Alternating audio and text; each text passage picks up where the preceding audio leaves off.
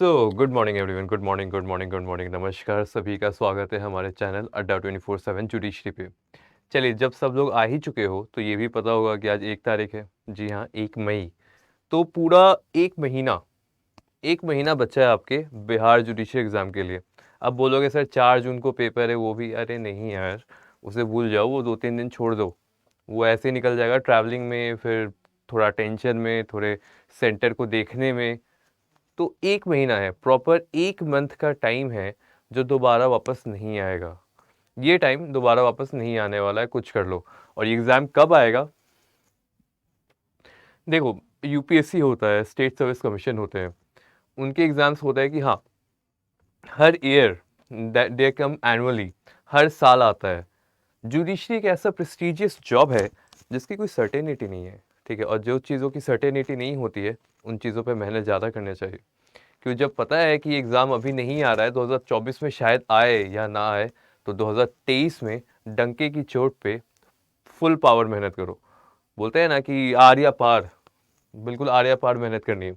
तो आज का सेशन में मैं आपको बताना चाहता हूँ कि किन सब्जेक्ट्स पे फोकस करना है। चलिए शुरुआत करते हैं।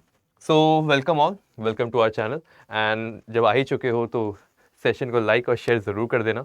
एंड मेरे पीछे जो आपको दिख रहा है अड्डा 24/7 ऐप, यहाँ से आपको जो इधर current affairs, daily quizzes, magazine, notes and articles, ये सब आपके एग्ज़ाम के लिए बहुत ही ज़्यादा बेनिफिशियल रहने वाले हैं, तो इसके फ़ायदे आप उठाएं। चलिए अब देखते हैं। जनरल नॉलेज 100 मार्क्स का होता है, वी ऑल नो 100 मार्क्स का होता है, ठीक है। और लॉ का पेपर जो होता है 150 मार्क्स का होता है, ये भी आपको पता होगा ऑब्वियसली।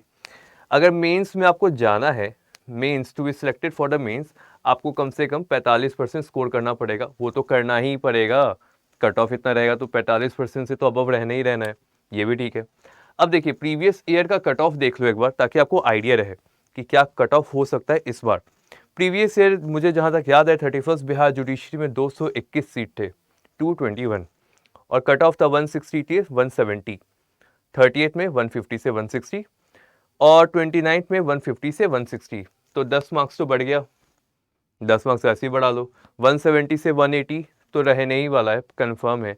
180 एंड अबव का कट ऑफ का प्रोबेबिलिटी है। वी कैन ओनली डिसाइड अभी, वी कैन ओनली डिसाइड कि आप कितना पढ़ सकते हो। कट ऑफ डिसाइड करना तो पेपर आएगा तब ना डिसाइड होगा, बट स्टिल एक अनुमान लगाते हैं। तो अनुमान के हिसाब से जो पैटर्न है वहाँ पे आप देखोगे तो 180 एंड अबव, 180 190 के आसपास कट ऑफ रहना चाहिए, ठीक है। अब देखिए, जीके में, जीएस में आपके जो भी सब्जेक्ट्स आते हैं, ये मेरे पीछे लिखा हुआ है। Current events, current affair, history, geography, polity से थोड़ा आता है, और साइंस से आता है, साइंस से आता है। अब आपके करंट इवेंट्स में आपकी इंटरनेशनली जो चीज़ें हुई हैं उनके भी नज़र रखना पड़ेगा। श्रीलंका का इशू था, रशिया यूक्रेन का इशू था, पाकिस्तान तो रहना ही रहना है, चाइना का इशू है, यूएस में क्या हो रहा है, भाई साहब सारी चीज़ें देखनी पड़ेगी, उन पे भी फोकस रखोगे। बट एक बार अगर आप ध्यान दो कि किन सब्जेक्ट से सबसे ज़्यादा क्वेश्चन आते हैं, तो मैं आपको बताना चाहूँगा कि अगर लॉ की बात कर रहे हैं, जीके में तो यू नो कि अगर आपने मेरी पहले क्लास देखी है तो जीके में आपको आइडिया होगा कि जीके में 30 marks history, 30 marks science, 20 geography and 20 for current affairs, 100 marks complete वो रहेगा, वो तो कंफर्म है। लॉ में क्या करोगे? लॉ में अगर आप नोटिस करोगे तो evidence 5 and procedural law, evidence ये प्रोसीजर लॉ है, बट एविडेंस को मैंने अलग रखा है क्योंकि यहाँ से 5 से 10 क्वेश्चंस आ सकते हैं। प्रिज्यूम कर सकते हैं कि इसमें क्वेश्चंस का नंबर थोड़ा बढ़ाया जाए, 5 till 10। प्रोसीजर लॉ बाकी, उसमें 15 क्वेश्चन। कॉन्स्टिट्यूशन प्लस एडमिनिस्ट्रेशन, इससे रख लिए आप 30 से 35 क्वेश्चंस। Constitution plus admin. उसके बाद आ जाइए आप लॉ ऑफ टॉर्ट पे प्लस कॉन्ट्रैक्ट पे, ये दोनों मिला के आपके 30 क्वेश्चन आएंगे। फिर आता है family law, that is Hindu and Muslim law. Family law मिला के आपका आएगा ऑलमोस्ट 20 क्वेश्चन।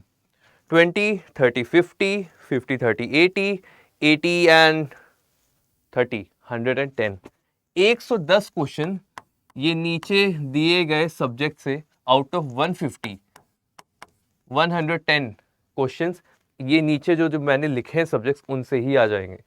तो अगर इन पे कमांड रहेगा तो लॉ का सब्जेक्ट बहुत ही like it's like walking in a park वाला होता है ना, वॉक इन अ पार्क, वैसा हो जाएगा कि you can easily do it, ज़्यादा इशू नहीं होगा। मगर जीके पे फोकस करना, जीके का पैटर्न चेंज हो रहा है तो उस पर आपको फोकस करना होगा, तो उन पे आप फोकस करें और इसी पैटर्न में मेहनत करते रहना है। तभी ना जब जज बनोगे तो गवर्नर साहब आपको ओथ दिलाएंगे, ओथ दिलाते हैं ना गवर्नर साहब, तो गवर्नर साहब ओथ दिलाएंगे और chief justice of that high court will also know your name. So that is the speciality of judiciary.